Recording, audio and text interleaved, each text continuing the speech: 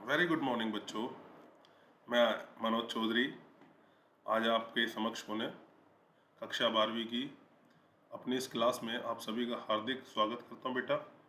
और जो आज की हमारी जो क्लास है वो चैप्टर 2 का पार्ट 2 है, जिसके अंदर हम आज वो टॉपिक डिस्कस करेंगे जो हमारे पार्ट 1 के अंदर, चैप्टर 2 पार्ट 1 के अंदर रिमेनिंग रह गए थे। ठीक है ना। तो आज का ये जो हमारा जो जो सबसे पहला टॉपिक है जो आज हम इस क्लास में डिस्कस करने जा रहे हैं वो हेल्दी वेट किसे बोलते हैं। हेल्दी वेट, स्वस्थ शरीर भार।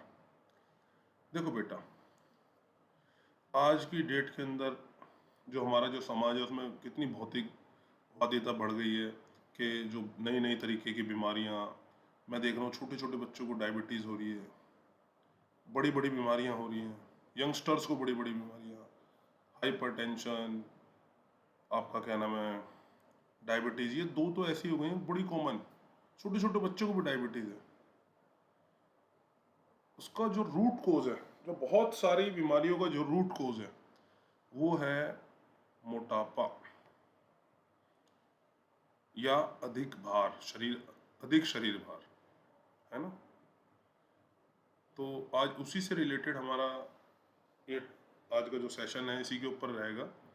और इसमें हम डिस्कस करेंगे कि भाई हेल्दी वेट क्या है, कैसे हम अपने वेट को मेज़र करेंगे, whether we are in the category of healthy weight और नॉट, किस तरह से हम अपने आप को जज करें, और अगर हमें अपना स्वस्थ शरीर भार बनाए रखना है तो हमें क्या क्या काम करने चाहिए। तो ये कुछ आज के हमारे जो टॉपिक्स हैं इनको आज हम डिस्कस करेंगे। सबसे पहले मैं बात करूंगा कि हेल्दी वेट कहते किसे हैं। बड़ी आसान सी डेफिनेशन, बहुत बिल्कुल एकदम सरल। अगर आपका वेट, बॉडी वेट आपकी हाइट के अनुरूप है तो आपके बॉडी वेट को हेल्दी वेट कहा जाएगा। अगर आपका बॉडी वेट आपकी हाइट के अनुरूप नहीं है तो आपके बॉडी वेट को हेल्दी बॉडी वेट नहीं कहा जाएगा। और हेल्दी बॉडी वेट के अंदर व्यक्ति के शरीर में जो फैट का जो परसेंटेज होता है बेटा, है ना, फैट का जो परसेंटेज होता है वो सामान्य होता है, वो एक्सेस नहीं होता है। अगर आपका बॉडी वेट आपकी हाइट के अकॉर्डिंग नहीं है, उससे ज़्यादा जा रहा है या कम जा रहा है, दोनों ही स्थिति में आपका जो बॉडी वेट है वो हेल्दी नहीं कहा जाएगा। मैं बहुत सारे ऐसे आदमियों को जानता हूँ जिनकी हाइट के अनुरूप अगर जो आप उनका बॉडी वेट चेक करेंगे तो ज़्यादा है। अब जिनका वेट उनकी हाइट के अकॉर्डिंगली होना तो कम चाहिए था परंतु ज़्यादा चला गया है, तो क्या हम उनके बॉडी वेट को हेल्दी कहेंगे? बिल्कुल नहीं कहेंगे, क्योंकि ज़्यादा चला गया। अगर किसी का बॉडी वेट उसकी हाइट के अकॉर्डिंग कम हो गया, ये तो ज़्यादा की तो बात है, अगर कम हो गया, नॉर्मल से कम हो गया, तो भी हम उसकी बॉडी वेट को हेल्दी बॉडी वेट नहीं कहेंगे। तो हेल्दी बॉडी वेट की बड़ी बेसिक जो मूल जो परिभाषा है उसमें यही है कि आपका बॉडी वेट अगर आपकी हाइट के अनुरूप है और आपके शरीर के अंदर वसा की जो परसेंटेज है, जो फैट की जो परसेंटेज वो सामान्य है, तो आपके बॉडी वेट को हम हेल्दी वेट की कैटेगरी में रख सकते हैं, अदरवाइज नहीं रख सकते। तो जितने भी, मैं तो अपनी हर क्लास में बोलता हूँ कि चीज़ों को हम सरल करके समझें। जब हम किसी चीज़ को समझ जाते हैं ना कि भाई बेसिक चीज़ क्या है उसमें, तो आप अपनी भाषा के अंदर उसको लिखो, कोई दिक्कत नहीं है। कोई बुकिश लैंग्वेज नहीं चाहिए, कोई फॉर्मल लैंग्वेज नहीं चाहिए, कठिन शब्द बिल्कुल नहीं चाहिए। आपको लग रहा है कि कठिन शब्द डालने से बहुत हाई इम्पैक्ट, जो नहीं, कंटेंट ठीक होने चाहिए बेटा। जब हम किसी चीज़ को लिखते हैं ना तो उसका मूल जो भावार्थ है शब्द का वो ठीक होना चाहिए। बस सरल शब्दों का इस्तेमाल करो, अच्छे से चीज़ों को समझो, याद रखो और लिखो। जब हम ऐसा करते हैं तो नंबर अपने आप ऑटोमेटिकली अच्छे आते हैं।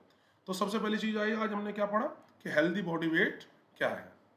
अब एक बड़ा क्वेश्चन आपके दिमाग में आ रहा होगा कि सर कह रहे हैं कि हाइट के अकॉर्डिंग होना चाहिए, हाइट के अकॉर्डिंग वेट होना चाहिए। अब ये कैसे पता लगेगा भाई हमारा जो बॉडी वेट है वो हमारी हाइट के अनुरूप है या नहीं है?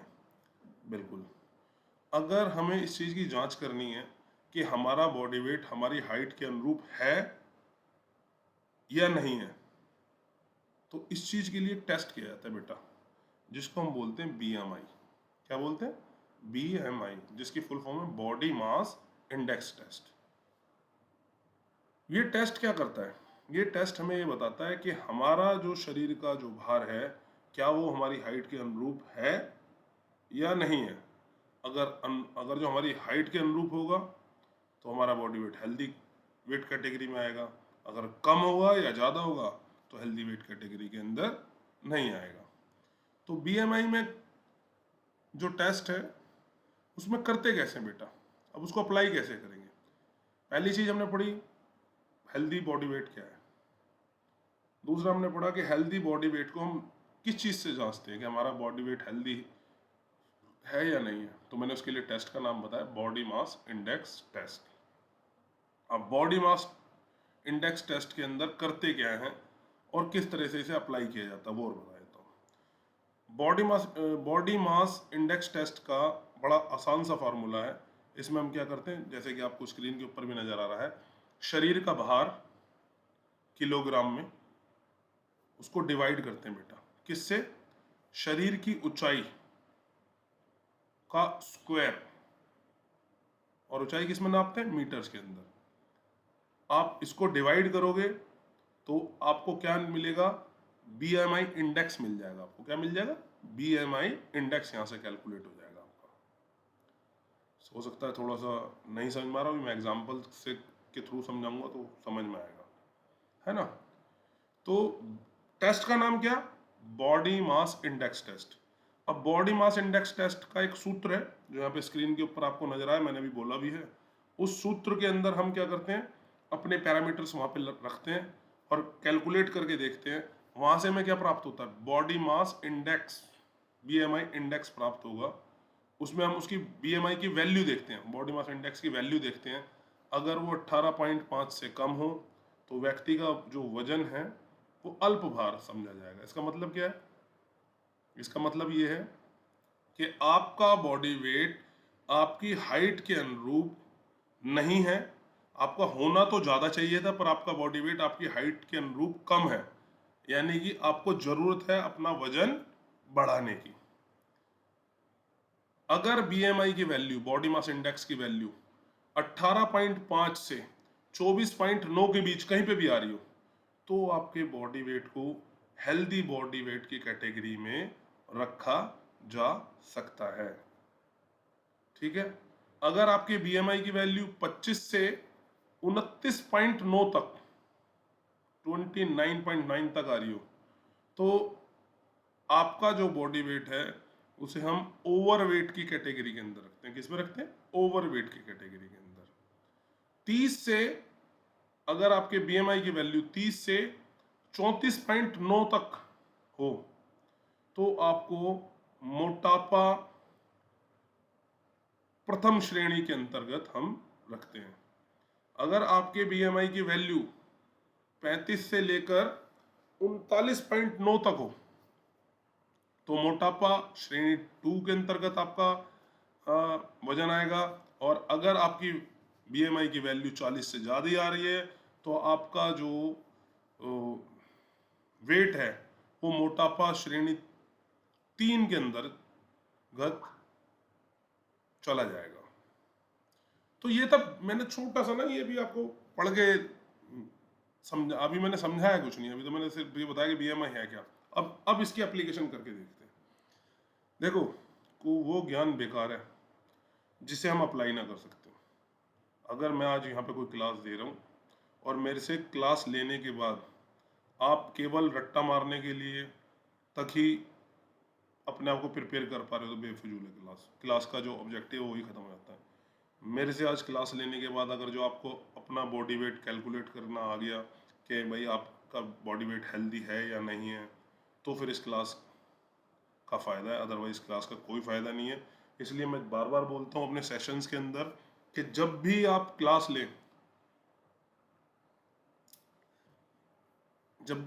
लें, बड़े शांत से एकांत में बैठ के इसे सुने। और कोई चीज़ नहीं समझ में आ रही है तो बार बार सुने और फिर भी समझ में नहीं आ रही तो कमेंट बॉक्स में डालें। मेरा फ़ोन नंबर भी मैं बार बार देता हूँ हर क्लास के अंदर, आप मेरे से कॉल भी कर सकते हैं। पर लेकिन बेटा कंटेंट्स जितने भी यहाँ पर हैं, क्लास 12th है, जिंदगी की सबसे ज़्यादा जैसे बोलते हैं महत्वपूर्ण क्लास बोलूँगा मैं तो, क्योंकि यहाँ से डिसाइड होगा कि आप आगे यहाँ से कॉलेज स्कूल के बाद आप क्या करने वाले हो। तो बहुत बढ़िया सब्जेक्ट, स्कोरिंग सब्जेक्ट, नॉलेज जिसकी बहुत अल्टीमेट, जो जीवन भर काम आती है। तो इसलिए मैं बार बार कहता हूँ कि इन क्लासेस को, इनके टॉपिक्स को अच्छे से समझो और सीखो। तो दोबारा से अपने टॉपिक पे आ रहा हूँ। बीएमआई के थ्रू मैं अपने बॉडी वेट को जज कर सकता हूँ कि मेरा बॉडी वेट कौन सी कैटेगरी के अंदर लाई कर रहा है। अब बीएमआई का फॉर्मूला क्या था? वेट, शरीर का भार रखो ऊपर, उसे डिवाइड करना है। किससे डिवाइड करना है? आपकी जो शरीर की ऊंचाई है उसके स्क्वायर से। और शरीर की ऊंचाई किस चीज में नापते हैं बेटा? कौन सी यूनिट में नापेगी? मीटर्स के अंदर, है ना। और शरीर का भार किस में नापता है? किलोग्राम के अंदर। तो आप जब इसको डिवाइड कर दोगे तो आपके पास एक स्कोर निकल के आएगा। उस स्कोर को हम बोलते हैं बीएमआई इंडेक्स। उस बीएमआई इंडेक्स की वैल्यू आप नॉर्म्स दे रखे हैं स्क्रीन के ऊपर, आप यहाँ पे रख के अपने चेक करोगे आप कौन सी कैटेगरी के अंदर आ रहे हो। अगर 18.5 से कम है तो अल्प भार, 18.5 से 24.9 है तो नॉर्मल वेट, हेल्दी वेट जिसे बोलते हैं। 25 से 29.9 के बीच आ रही है आपकी वैल्यू तो आप ओवर वेट हो। 30 से 34.9 है तो ओबेसिटी टाइप 1। 35 से 39.9 है तो ओबेसिटी का मतलब मोटापा टाइप 2। अगर 40 से ज़्यादा है तो ओबेसिटी टाइप 3। ये है बीएमआई का। एक एग्जांपल ले लेता हूँ, मैं अपना ही ले लेता हूँ। मेरा बॉडी वेट अगर जो 90 kg है, अपना अपना ले रहा हूँ एग्जांपल। मेरा बॉडी वेट 90 kg और मेरा जो शरीर, जो मेरी जो हाइट है वो है 183 सेंटीमीटर। 183 सेंटीमीटर। अब बीएमआई के फॉर्मूले पे जाते हैं तो ऊपर क्या लिखा हुआ है? शरीर का भार कितना है? मेरे शरीर का भार 90। 90 लिख लो ऊपर। 90 को डिवाइड किससे करना है? शरीर की ऊंचाई। मेरी शरीर की ऊंचाई कितनी थी? पर ऊंचाई नापनी किस में? ध्यान रखना मीटर के अंदर। मेरी जो जर्नली हम नापते हैं वो सेंटीमीटर्स में नापते हैं। मैंने बताया मेरी शरीर की ऊंचाई है 183 सेंटीमीटर। 183 सेंटीमीटर को जब हम मीटर में कन्वर्ट करेंगे तो हो जाएगा 1.83 मीटर, है ना। तो 1.83 मीटर को गुणा किससे करना है? 1.83 से ही गुणा करना है। तो 1.83 इंटू 1.83, इसको सॉल्व कर लेते हैं। एक मिनट में देखता हूँ कितना आ रहा है, मैं बताता भी हूँ। मैं कैलकुलेटर ओपन कर लेता हूँ, एक सेकेंड। तो ये है 1.83 मल्टीप्लाइड बाई 1.83, ये आ रहा है बेटा 3.34। 3.34। तो हमने जो ऊपर कितना लिखा था 90, 90 के डिवाइड करके नीचे कितना आ जाएगा? 3.34। तो 90 डिवाइडेड बाय 3.34। तो जो मेरी जो बीएमआई की वैल्यू निकल के आई वो आई है 26.94। 26.94। इसका मतलब हो गया मैं कौन सी कैटेगरी के अंदर आ रहा हूं? 25 से 29.9 के बीच वाली। यहां पे क्या लिखा है कि अगर आपकी जो हाइट है, आपकी जो बीएमआई की वैल्यू है वो 25 से 29.9 के बीच में आ रही है, 25 से 29.9 के बीच में आ रही है, तो आप ओवरवेट है, यानी कि आपका वजन ज्यादा है और आपको वजन कम कर लेना चाहिए। अभी आप मोटापे की श्रेणी में नहीं गए हो, पर आपका वजन सामान्य से थोड़ा अधिक है, आपको वजन कम कर लेना चाहिए। तो इस तरह से आप बीएमआई का इस्तेमाल करके आप देख सकते हैं कि आपका जो बॉडी वेट है वो कौन सी कैटेगरी के अंदर लाई कर रहा है।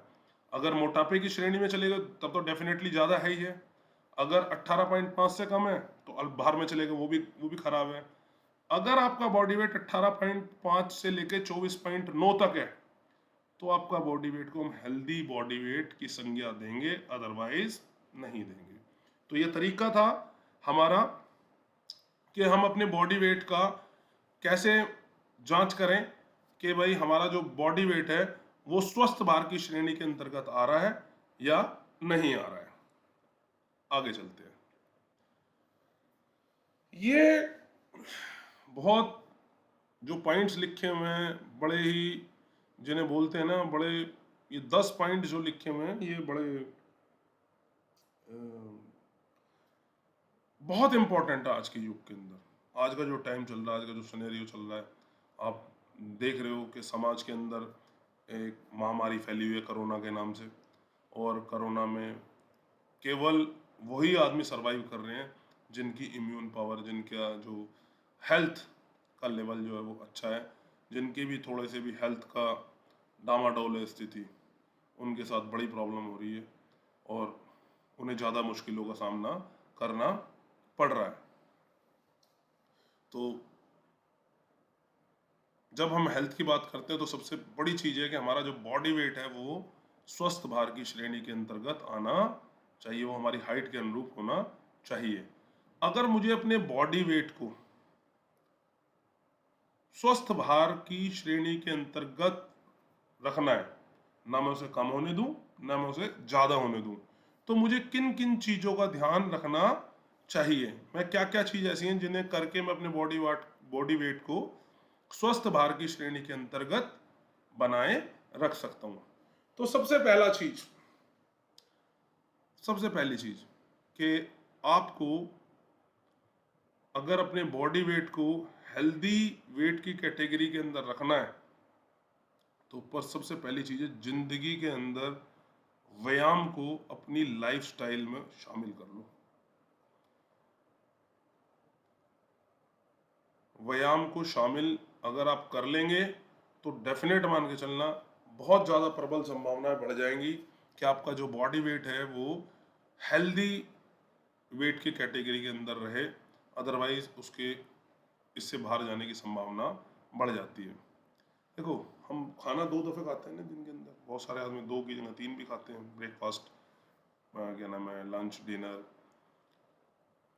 तो जब जैसे हमारे खाना जरूरी ना हमारे शरीर के लिए, ऐसे ही बेटा एक्सरसाइज जरूरी है। अब एक्सरसाइज करने से होता क्या है कि हमारा जो बॉडी वेट है वो हेल्दी कैसे रहेगा। देखो जब हम एक्सरसाइज करते हैं तो हमारे जो कैलोरीज जो है ना, जो एक्स्ट्रा कैलोरीज हैं बॉडी के अंदर, वो खर्च हो जाती हैं, और उनके खर्च होने से क्या होगा, बॉडी के अंदर जो एक्सेस फैट की जो जमा होने की जो संभावना है वो बहुत कम रह जाएंगी या होंगी ही नहीं। तो जिससे होगा क्या कि हमारा जो बॉडी वेट है वो हेल्दी बॉडी वेट की कैटेगरी के अंदर रहेगा। दूसरा है कि एक्सरसाइज तो आप बहुत अच्छे से कर रहे हो, पर आप खाना ज़्यादा खा रहे हो या बार बार खा रहे हो या खाना असंतुलित खा रहे हो, तो रिजल्ट क्या होगा, वजन तब भी बढ़ जाएगा भाई। एक्सरसाइज करना बहुत अच्छी बात है, पर एक्सरसाइज के साथ जो आपकी जो डाइट है इट शुड बी बैलेंस। दोनों ये एक साथ होने चाहिए। अगर आप एक चीज कर रहे हो और दूसरी नहीं कर रहे तो रिजल्ट नहीं मिलेंगे। तो आप एक्सरसाइज तो आपको करनी ही करनी है, एक्सरसाइज के साथ साथ जो आप डाइट लें इट शुड बी बैलेंस्ड, है ना। डाइट के अंदर मैं कुछ चीज, डाइट के अंदर कुछ यहाँ पे टिप्स दे देता हूँ, क्योंकि जो ये आहार का जो टॉपिक है वैसे तो हम पीछे डिस्कस कर चुके हैं इसको, पर लेकिन ये फिर भी बहुत बड़ा है बेटा। अगर मैं डाइट की बात करूँ तो ये अपना बहुत बड़ा टॉपिक है, पर लेकिन फिर भी कुछ टिप्स दे रहा हूँ कि आप अपनी डाइट के अंदर जो फैट की जो परसेंटेज है वो 20 to 35% तक रखना, इससे ज़्यादा नहीं होनी चाहिए। और एक चीज़ और बता दूं, जब आप जो हम भोजन करते हैं, पहले कुछ, क्योंकि रिसर्च कुछ ऐसा शो कर रही थी कि जो हम बार बार छोटे छोटे अंतराल के ऊपर खाना खाएं तो हम उससे मोटे नहीं होंगे, हमारा उससे वजन नहीं बढ़ेगा। परंतु अभी कुछ और रिसर्च, कुछ फाइंडिंग्स आई हैं। एक आज की डेट के अंदर एक बड़ी लेटेस्ट टेक्नोलॉजी चल रही है वजन को कंट्रोल करने की, जैसे बोलते हैं इंटरमिटेंट फास्टिंग। इंटरमिटेंट फास्टिंग के अंदर क्या है कि आपको 16 घंटे भूखा रहना है और 8 घंटे आपकी ईटिंग विंडो चलेगी, यानी 16 घंटे की आप फास्टिंग रखेंगे और 8 घंटे आपकी ईटिंग विंडो है, जिसमें उस ईटिंग विंडो उस 8 घंटे में भी क्या है, आपको खाना केवल 2 ही दफा खाना है। बहुत फायदे हैं इसके। इंटरमिटेंट फास्टिंग के ऊपर कभी मौका मिला तो मैं एक वीडियो जरूर इसके ऊपर डालूंगा। बहुत कारगर, बहुत इफेक्टिव, बहुत बढ़िया चीज़। पर लेकिन मैं दोबारा उस पे आ रहा हूँ कि जो आहार हमने खाना है बेटा, इट शुड बी बैलेंस। जितनी रिकमेंडेड, जैसे फैट की बात कर रहा हूँ, फैट हमारी डाइट के अंदर कितना होना चाहिए, 20 से 35% तक, प्रोटीन 10 से 15% तक, कार्बोहाइड्रेट 55 से 60% तक आप ले सकते हैं। इससे ज़्यादा आपने नहीं लेना है। और कोशिश कीजिए जो खाना है वो 2 बार खाएं, ओवर ईटिंग ना करें। और खाने को, ओवर ईटिंग से भी ज़्यादा खतरनाक क्या है कि आप मल्टीपल टाइम्स जो आप ईट करते हैं वो ज़्यादा खतरनाक है। 2 बार खाना खाओ, पेट भर के खाओ, अच्छे से खाओ, पर लेकिन बैलेंस होनी चाहिए डाइट उसके अंदर फ्रूट्स ज़्यादा रखो, उसके अंदर सैलड ज़्यादा रखो, है ना। तो ये आहार से जुड़ी कुछ जानकारी है कि जब भी हम खाना खाएं उसे अच्छे से क्या नाम है, बैलेंस, उसकी हमारी जो डाइट है वो बैलेंस होनी चाहिए। उसके अंदर जो सभी खाने के जो तत्व हैं वो अच्छे से शामिल हों और संतुलित मात्रा के अंदर हों। एक चीज़ और बता देता हूँ कि जब हम इस आहार के ऊपर ही बात कर रहा हूँ कि जो हम खाना खाएं ना बेटा, उसको चबा के खाएं।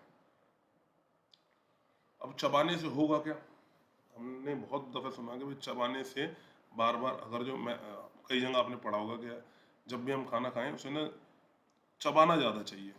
उसका लॉजिक समझा देता हूँ कि क्यों बोल रहा हूँ मैं ऐसा।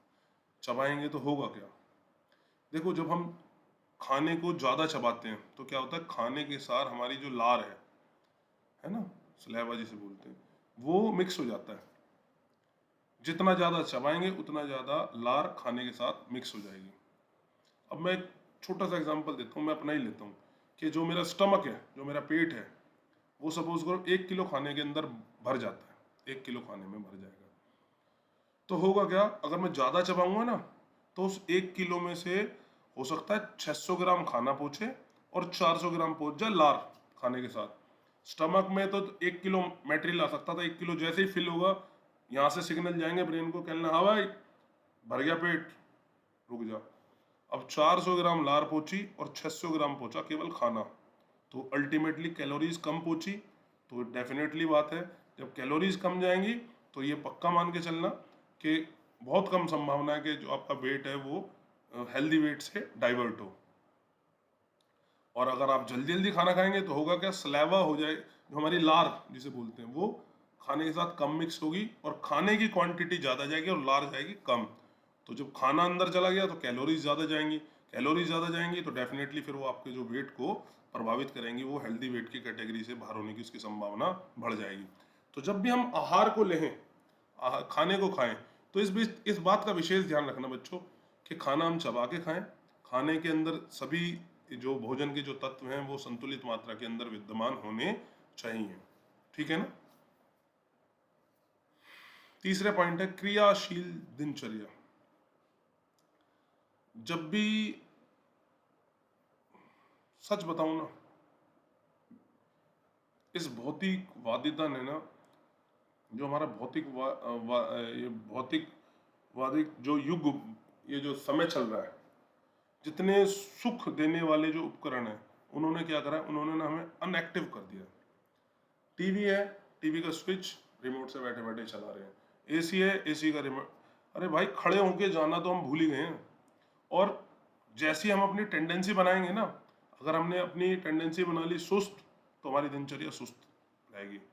हम सब, हमें हर काम बिस्तर पे चाहिए पड़े पड़े, हम अपने काम भी अपने परिवार के दूसरे सदस्यों से फिर करवाने की कोशिश करने लगते हैं।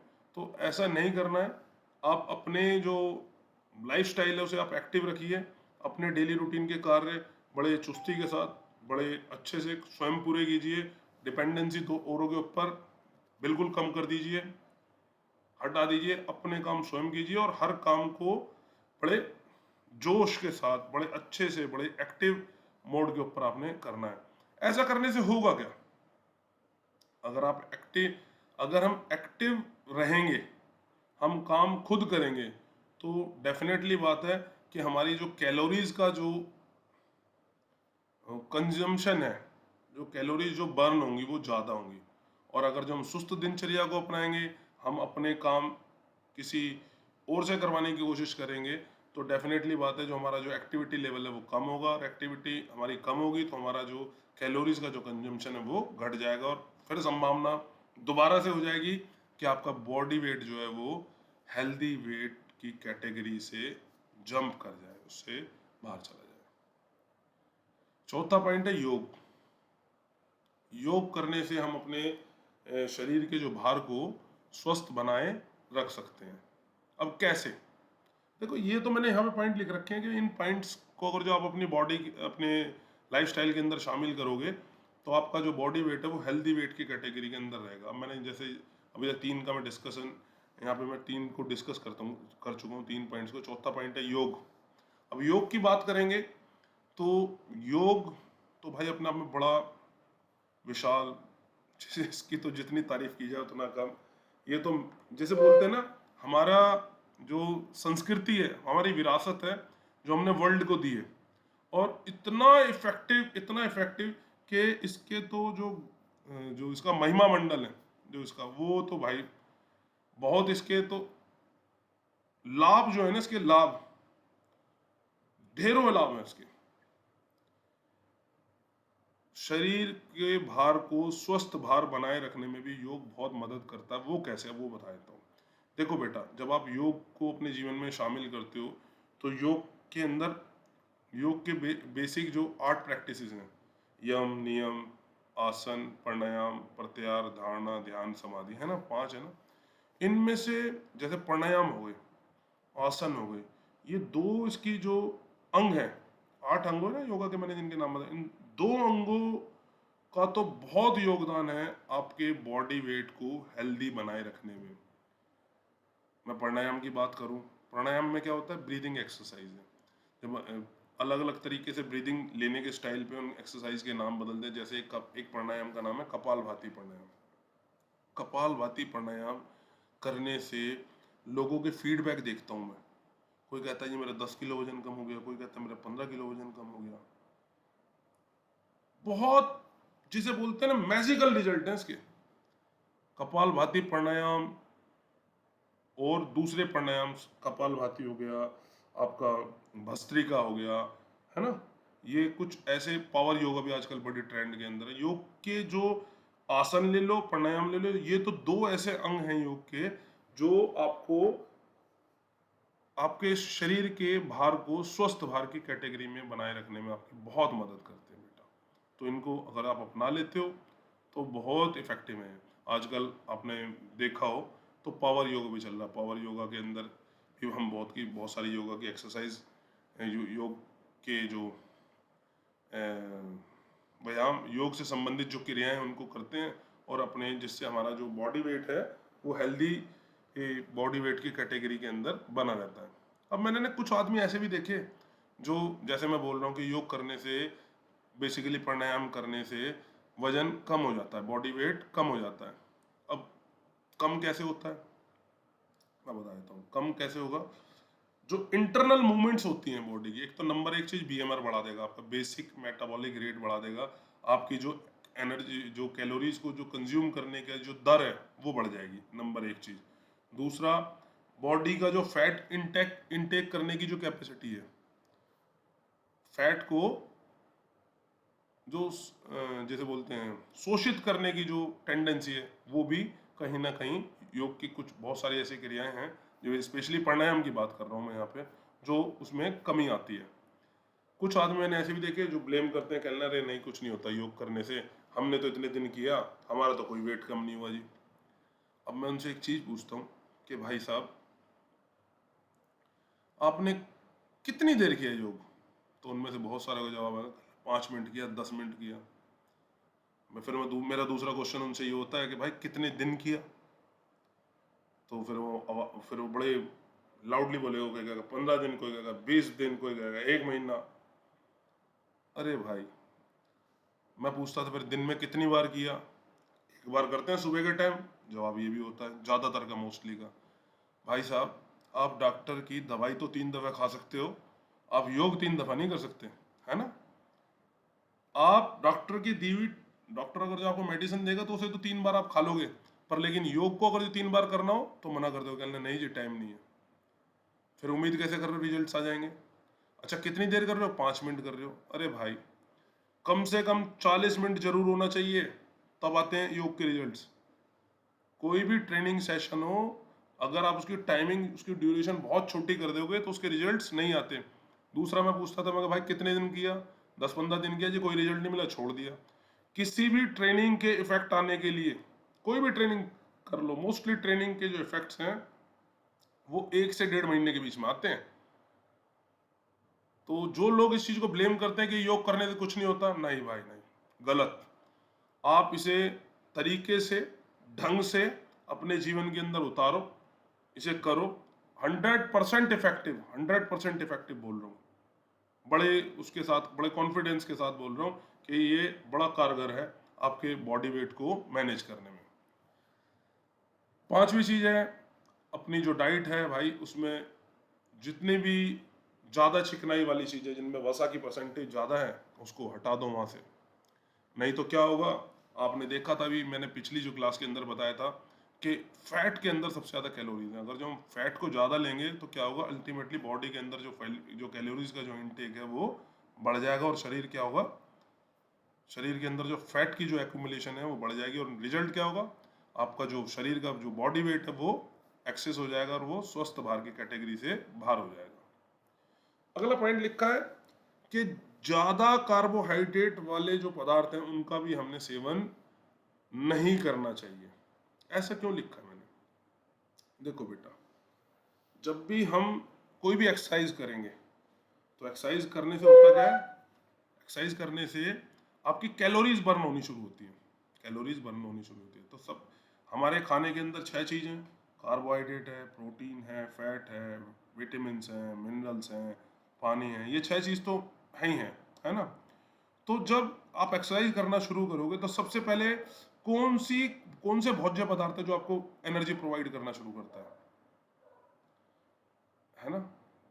सबसे पहले एटीपी पीसी से मिलती है हमें कैलोरीज। जब उसका स्टॉक खत्म हो जाता है तो उसके बाद कार्बोहाइड्रेट से मिलनी शुरू होती है कैलोरीज, फिर उसके बाद प्रोटीन से, फिर उसके बाद उसके कार्बोहाइड्रेट के बाद फैट से, और फैट के बाद सबसे एंड में प्रोटीन से मिलनी शुरू होती है। प्रोटीन बॉडी की नहीं टूटनी चाहिए, अदरवाइज बॉडी के ऊपर इसके विपरीत प्रभाव, दुष्प्रभाव पड़ते हैं। तो कार्बोहाइड्रेट क्या करता है, कार्बोहाइड्रेट जब हम एक्सेस खा लेते हैं, मैं बता रहा हूँ, अगर आपने कार्बोहाइड्रेट खाए और आपने उन्हें यूटिलाइज कर लिया तो बॉडी बॉडी वेट के ऊपर कोई बैड इफेक्ट नहीं है, फिर कोई दिक्कत नहीं है। पर आपने कार्बोहाइड्रेट्स खा लिए ज़्यादा, चावल ज़्यादा खा लिए, रोटी ज़्यादा खा ली, या किसी भी को कार्बोहाइड्रेट के सोर्स से आपकी बॉडी के अंदर कार्बोहाइड्रेट्स ज़्यादा पहुंच रहे हैं और आप उन्हें यूटिलाइज नहीं कर रहे हो, तो भी माय डियर फ्रेंड्स, मेरे बच्चों, कार्बोहाइड्रेट्स कन्वर्ट किस में हो जाते हैं, अगर जो आप एक्सेस आपने उन्हें यूटिलाइज नहीं किया ना तो वो फैट के अंदर कन्वर्ट हो जाते हैं, वो भी कार्बोहाइड्रेट्स भी। और कार्बोहाइड्रेट्स फिर फैट में कन्वर्ट होकर बॉडी के अंदर डिपॉजिट हो जाएंगे, बॉडी में डिपॉजिट होंगे तो वेट को बढ़ा देंगे। तो इसलिए आप जब भी डाइट लें, ना तो आपको अपनी डाइट के अंदर फैटी जितने भी हमारे जो एलिमेंट्स हैं, जो हमारे जो फैट देने वाले जो सोर्सेज हैं, ना तो हमें उन्हें रिकमेंडेड वैल्यू से ज़्यादा करना है और ना ही कार्बोहाइड्रेट को रिकमेंडेड वैल्यू से ज़्यादा करना चाहिए। एक बात यहाँ बता दूं मैं, खाना ना, खाने के अंदर अगर अपने बॉडी वेट को हेल्दी रखना है, खाने को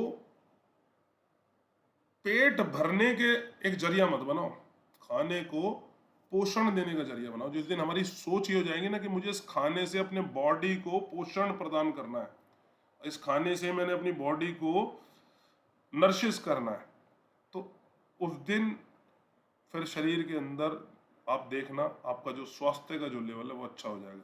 और जब तक रहेगी सिर्फ पेट भरना है तो फिर कुछ नहीं हो सकता भाई। पेट भरने के साथ साथ पेट तो पेट भरना पहला मोटिव नहीं होना चाहिए, मेरे कहने का मतलब है पहला मोटिव होना चाहिए कि बॉडी को पोषण देना है। मैं देखता हूँ बहुत सारी दफ़े, मैं स्कूल के अंदर अपने बच्चों को भी देखता हूँ कि बाहर की चीज़ें खा रहे हैं, कोई चिप्स खा रहा है, कोई कुछ खा रहा है। मैं पूछता भी हूँ कई दफ़े, मैं कहा बेटा इसे खाने से, मैं कहा ये किस लिए खा रहे हो? कहने सर भूख लग रही थी इसलिए खा रहे थे।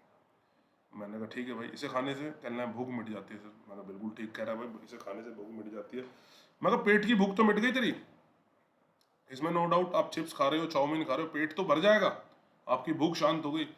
पर क्या जिस चीज से आपने अपनी भूख शांत की, क्या उस चीज से आपके शरीर को पोषण मिला?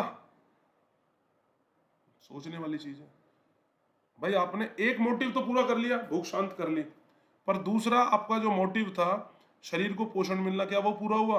नहीं हुआ।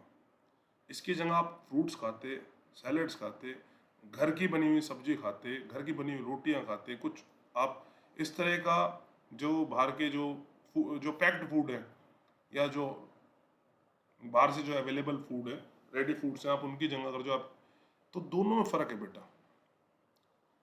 हमें खाना ऐसा खाना है जिसे खाने से पेट की भूख तो शांत हुई हो, शरीर को पोषण जरूर मिलना चाहिए।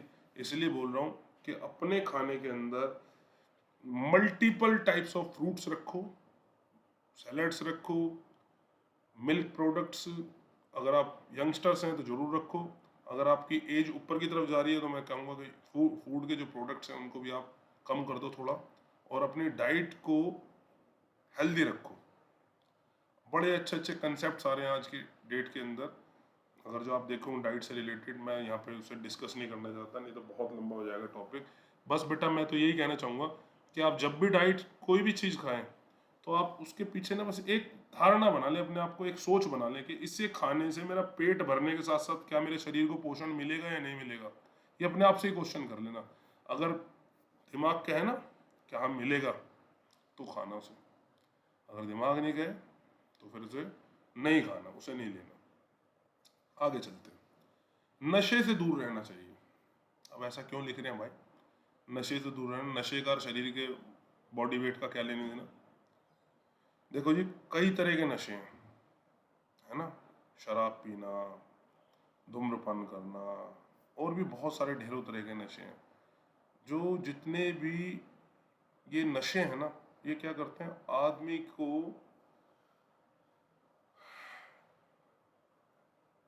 खाना, जैसे बोलते हैं ना, खाना खाने का उसे पता ही नहीं होगा कि उसने कितना खाना खा लिया। खाने का जो क्वांटिटी है ना, वो उसे जज नहीं कर पाएगा कि उसने ज़्यादा खाया या कम खाया। और बहुत सारे नशे तो ऐसे हैं जिन्हें लेने के बाद आपकी जो डाइट है ना वो बढ़ जाती है। शराब का जिक्र करूंगा मैं यहाँ पे। शराब कार्बोहाइड्रेट का सोर्स है। अब जो शराब के अंदर अगर जो ड्रिंक करते हैं आप, तो उसके अंदर क्या होता है कि आप जो जो रोटी से जितनी कैलोरीज आपको मिलनी चाहिए उससे डबल कैलोरीज के आसपास पहुंच जाती है आपके शरीर के अंदर। और आदमी शराब भी पीता है, उसके ऊपर फिर खाना भी खा लिया, तो उसके बाद आप सोचो कि कितनी कैलोरीज चली गई बॉडी के अंदर, है ना। और वो कैलोरीज ज़्यादातर किससे, कौन से सोर्स की गई हैं? कार्बोहाइड्रेट की। तो कार्बोहाइड्रेट अगर जो बर्न नहीं होगा तो अल्टीमेटली फैट में कन्वर्ट होना है, फैट में कन्वर्ट होने का बॉडी में ही डिपॉजिट हो जाना है, और डिपॉजिट होते उसने आपका बॉडी वेट बढ़ा देना है। तो नशा कोई ना करे, नशों से दूर रहें। नशे के एक तो बॉडी वेट पे तो इसका दुष्प्रभाव है ही है, बाकी बेटा बॉडी के ऊपर बड़े विपरीत प्रभाव हैं। स्मोकिंग हो गया, अल्कोहल हो गया मेरे बच्चों, ये जो है ना, ये दो। और मैं तो आजकल देखता हूँ बच्चे बड़े बहुत सारे यंगस्टर्स ना, उसके हुक्का बार, अरे भाई हुक्का बार भी चल रहा है। हुक्का बार के अंदर क्या है, वो आजकल पब, हाँ, लॉन्ज लॉन्ज बना रखे हैं, लॉन्ज में जाते हैं बच्चे, फैशन बन गया। अरे भाई कैसा बेड़ा गर्क हुआ है समाज का।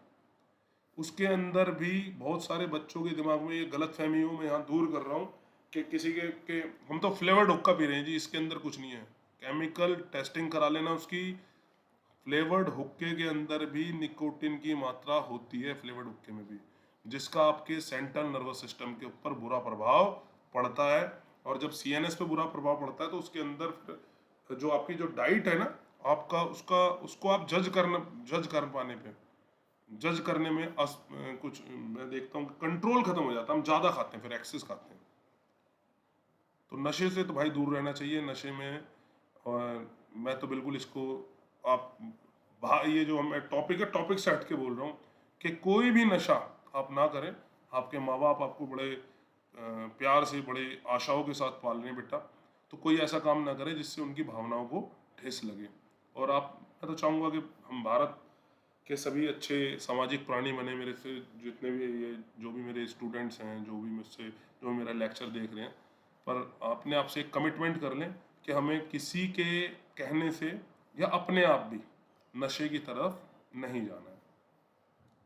अगला है अपने आप को व्यस्त रखना। ऐसा रिसर्च बताती है ऐसा, और मैंने भी देखा है, प्रैक्टिकली भी देखा है कि अगर आप बिजी हैं तो आपको भूख भूख कम लगेगी।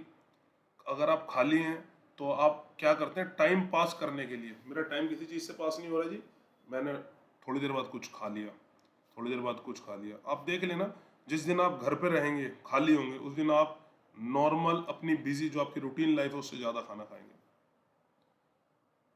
खाएंगे, या कुछ भी फूड मटेरियल उससे ज़्यादा खाएंगे। कारण कि जब हम खाली होते हैं ना, तो हमारे को जब कुछ नहीं सोचता तो हम कहते हैं चल कुछ खा ही लेते हैं, टाइम पास करने के लिए। गलत है वो। तो अपने आप को आप जितना व्यस्त रख सके उतना बढ़िया है। अगर आप अपने आप को व्यस्त रखेंगे तो डेफिनेटली आपका जो जो फूड का जो एक्सेस इनटेक होने की जो संभावना है वो कहीं ना कहीं कम हो जाएगी। ठीक है ना। अगला है ग्रुप में खाना नहीं खाना। सॉरी भाई, ग्रुप में खाना नहीं खाना है बेटा। कोशिश करो कि जब भी हम खाना खाएं, मैं देखता हूँ कई दफ़ा बच्चों को देखता हूँ क्लास के अंदर भी ग्रुप के अंदर बैठ के खाना खा रहे होते हैं और शेयरिंग कर रहे होते हैं खाना। मैं तो दोनों ही पॉइंट ऑफ व्यू से गलत मानता हूँ। एक तो हाइजीन के पॉइंट ऑफ व्यू से भी गलत है, बिल्कुल। सॉरी। हाँ, हाइजीन के पॉइंट ऑफ व्यू से भी गलत है। खाना कभी भी ग्रुप में नहीं खाना चाहिए। दूसरा, हेल्दी वेट के पॉइंट ऑफ व्यू, क्योंकि जब हम ग्रुप में खाना खाएंगे ना, लॉजिक समझा देता हूँ उसका। जब हम ग्रुप में खाना खाएंगे तो हमें पता ही नहीं लगता कि हमने कितनी डाइट खा ली है। तो बहुत सारी दफ़ा ग्रुप में खाना खाते वक्त एक्सेस खाना अगर आपने ले लिया तो वो भी कहीं ना कहीं आपके जो हेल्दी वेट है से डिस्टर्ब कर देगा। टीवी देखते हुए, मैगजीन पढ़ते हुए कभी खाना नहीं खाना चाहिए भाई। उसका भी लॉजिक यही है कि जब हम टीवी देखते खाना खा रहे होते हैं तो हम उस खाने को, पहली चीज उस खाने का हम आनंद लेके नहीं खा पाते उसे। दूसरी चीज कि हम एक्सेस खाना खाने की हमारी जो चांसेस हैं वो बढ़ जाते हैं, और खाना एक्सेस अंदर जाएगा बॉडी के अंदर तो डेफिनेटली आपके जो हेल्दी बॉडी वेट है उसको कहीं ना कहीं डिस्टर्ब कर देगा। तो ये थे कुछ तरीके जो आपके हेल्दी बॉडी वेट को मेंटेन रखने में आपकी मदद करेंगे बच्चों। इन्हें अपने जीवन के अंदर जरूर उतारना और जरूर शामिल करना। ये आपके 12th के जो पेपर हैं उस तक सीमित नहीं है, जिंदगी भर आपके साथ चलेंगे। एक बात ध्यान रखना, अगर सफेद कोट वालों से, सफेद कोट वाले मत कौन होगा, डॉक्टर्स, अगर सफेद कोट वालों से आपको कोई बचा सकता है तो वो आपका फिजिकल एजुकेशन वो सब्जेक्ट है जो आपको उनसे बचा सकता है। और अगर आप इसके जो फिजिकल एजुकेशन के जो प्रिंसिपल्स हैं, अगर जो आप इन्हें फॉलो करेंगे तो डेफिनेट मान के चलना कहीं ना कहीं आपके जो आपके जो बीमार होने की जो संभावना है वो कम रहेंगी। अपने अगले टॉपिक की तरफ चलते हैं बेटा।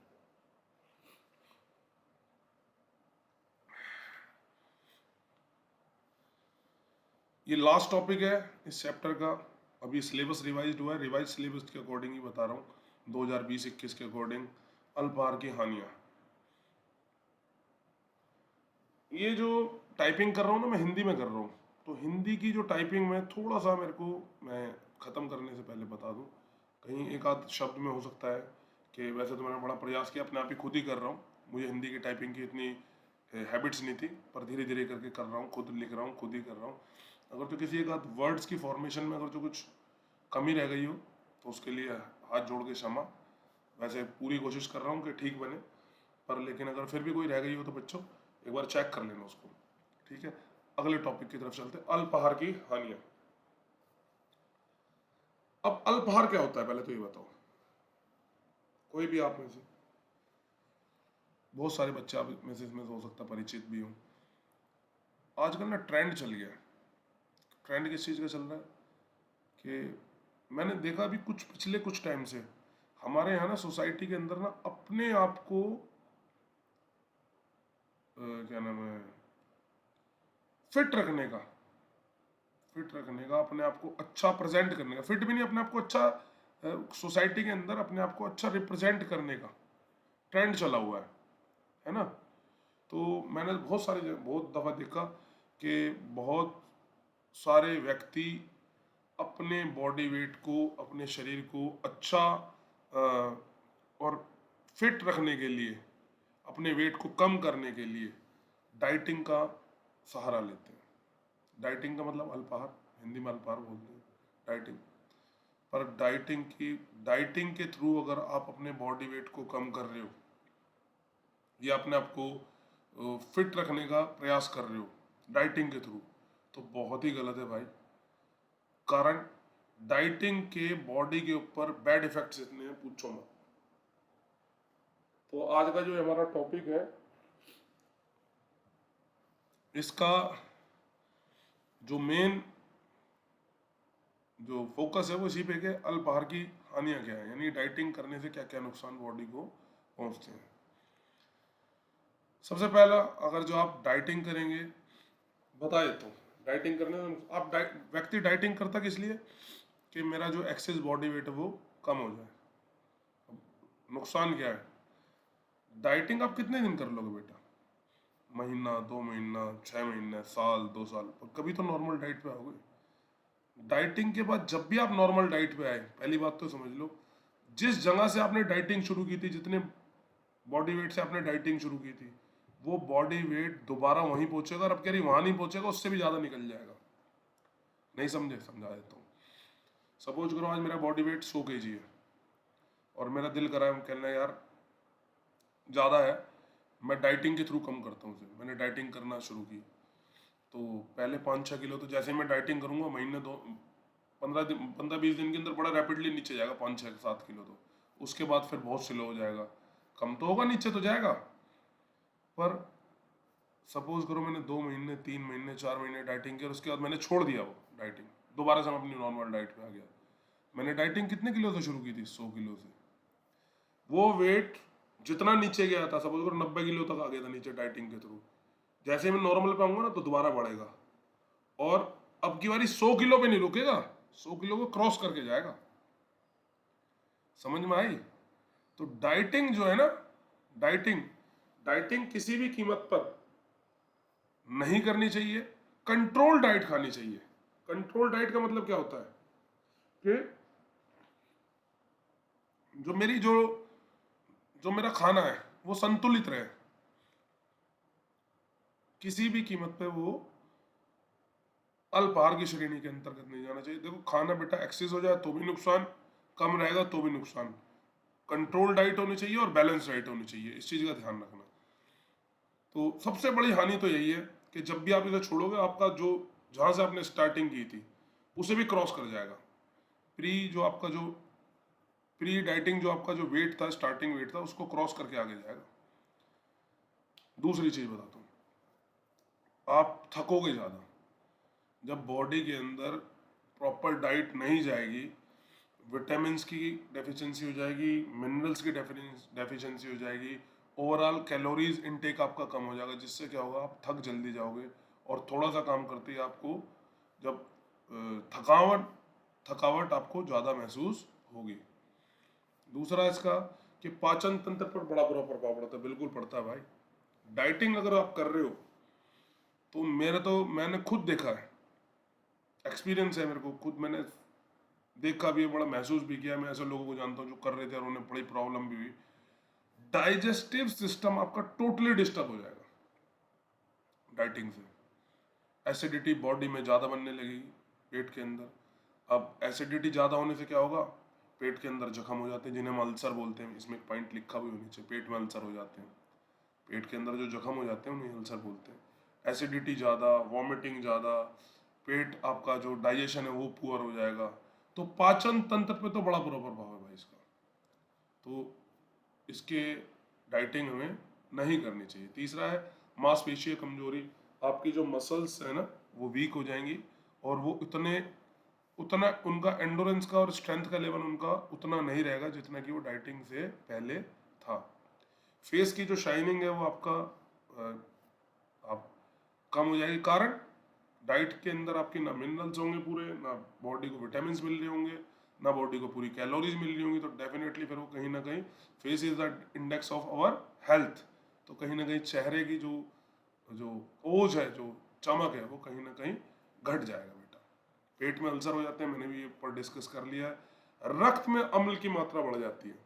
आप एक बात ध्यान रखना, जब भी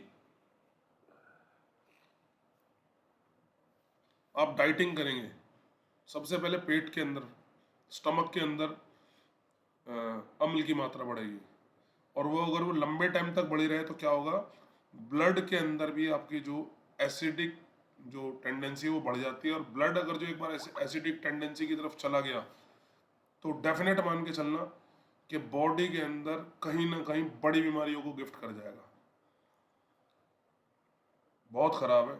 रक्त के अंदर अगर अम्ल की टेंडेंसी बढ़ती है तो कहीं ना कहीं बड़ी बीमारियों की तरफ ले जाती है। इसलिए किसी कीमत पे भी ये हमें प्रयास करना चाहिए कि कहीं हमारी बॉडी के अंदर जो हमारा जो शरीर है ना 7.4 pH के ऊपर सबसे अच्छा काम करता है, यानी कि जो बेसिक टेंडेंसी वाली जो चीज़ है उनके ऊपर बढ़िया काम करता है। जब आप इसे एसिडिक की तरफ ले जाओगे, एसिडिक की तरफ क्यों जाएगा, जब आप डाइटिंग करोगे तो एसिडिक की तरफ 100% चला जाएगा।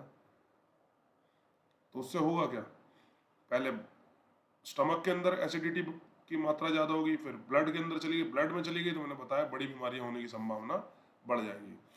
वजन का दोबारा बढ़ना, इसे मैं डिस्कस कर चुका, मैंने एग्जांपल दिया था कि जहाँ से आपने शुरू किया था उससे भी ज़्यादा आपका वो क्या नाम है, उससे भी ज़्यादा आपका वेट दोबारा बढ़ने की संभावना बढ़ जाएगी। और कुपोषण के कारण बीमारियों का खतरा बढ़ जाता है। बेटा जब भी आप डाइटिंग करेंगे, डाइटिंग में मैंने बताया मिनरल्स की कमी हो जाती है, विटामिन की कमी हो जाती है, पानी भी क्या नाम है जो आपका कई दफ़े पानी भी बॉडी के अंदर कम हो जाता है, और कैलोरीज इंटेक तो कम हो ही रहा होता है, प्रोटीन की मात्रा डेफिशिएंसी हो जाती है। तो ये बहुत सारी जो डेफिशिएंसी है ना, अलग अलग तरह की बीमारियाँ इनके डेफिशिएंसी के कारण होने की संभावना बढ़ जाती है, जो हम पीछे भी डिस्कस करके आ चुके हैं। तो ये था बच्चों चैप्टर नंबर 2 क्लास 12th का, ये इसका लास्ट टॉपिक था। अगर हाँ जी हाँ, अगर आपको कोई चीज समझ में नहीं आई है इसमें चैप्टर में, है ना, अगर आपको कोई चीज समझ में नहीं आई है इस चैप्टर के अंदर, तो आप, ये मेरा नंबर है स्क्रीन के ऊपर जो नज़र आ रहा है, मेरी मेल आईडी लिखी है, मेरा नाम लिखा हुआ है, आप मेरे से कांटेक्ट कर सकते हैं। आप मेल जो आपका कमेंट बॉक्स है उसमें भी डालोगे तो भी आपको रिप्लाई मैं कर दूंगा बेटा। पर बच्चों जो ये जो चैप्टर है जो आपने सीखा, एक बार इसको जब आप इसको अच्छे से लेक्चर को अटेंड करेंगे तो इसको सुनने के बाद आपने करना क्या है, अपने बुक उठाइए, बुक, अब आप पूछेंगे बुक कौन सी पब्लिशर की लेनी है, जिसकी लैंग्वेज आपको आसान लगती हो, जिसकी भी लैंग्वेज आपको, जिस पब्लिशर की लैंग्वेज आपको आसान लगती है उस पब्लिशर की आप बुक ले लीजिए, और बुक लेके अपने नोट्स प्रिपेयर कीजिए।